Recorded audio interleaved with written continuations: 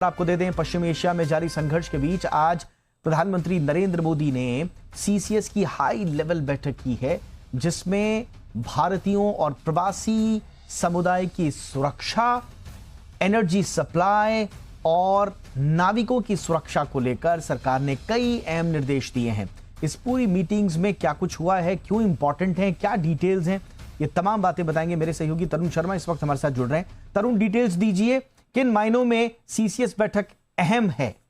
बिल्कुल, आपने सही कहा। आज की जो बैठक है वो काफी अहम बैठक थी। कैबिनेट कमेटी ऑफ सिक्योरिटीज की चौथी बैठक थी, जिसमें केवल वेस्ट एशिया क्राइसिस को लेकर चर्चा की गई। इसमें प्रधानमंत्री नरेंद्र मोदी की अध्यक्षता में ये बैठक हुई। तो इस बैठक के अंदर कई इनवाइटी भी थे, जैसे पेट्रोलियम मिनिस्ट्री, शिपिंग मिनिस्ट्री। ये सीसीएस का पार्ट नहीं होते हैं, लेकिन इनको भी इस बैठक में बुलाया गया और उन्होंने एक प्रेजेंटेशन के जरिए बताया भी कि किस तरीके से क्रूड ऑयल, एलएनजी और एलपीजी की जो समस्या है उससे हम पूरी तरीके से उभर चुके हैं।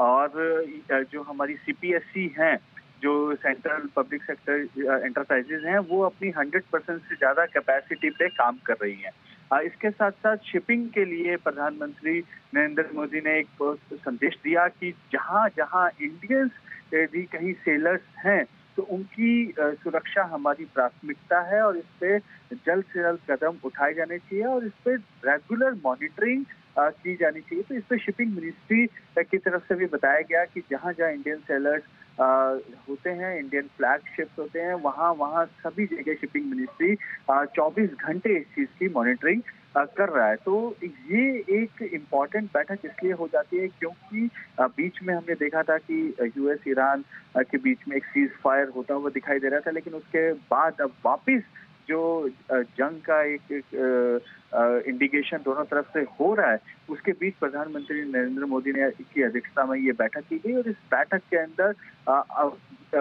इकोनॉमी को लेकर भी चर्चा हुई और ये बताया गया किस तरीके से एनर्जी सेक्टर में भी जो कैपेसिटी बिल्डिंग की गई है, एलपीजी के जो कनेक्शन है उसमें बढ़ावा दिया गया है, कितने नए कनेक्शन जोड़े गए हैं, इन सभी पे आज सीसीएस के अंदर चर्चा की गई। और ये दोपहर 1 बजे ये बैठक हुई थी। तकरीबन 1.25 घंटा ये बैठक चली है और देश के कैबिनेट मंत्री कई इस बैठक में जिन्होंने भाग लिया।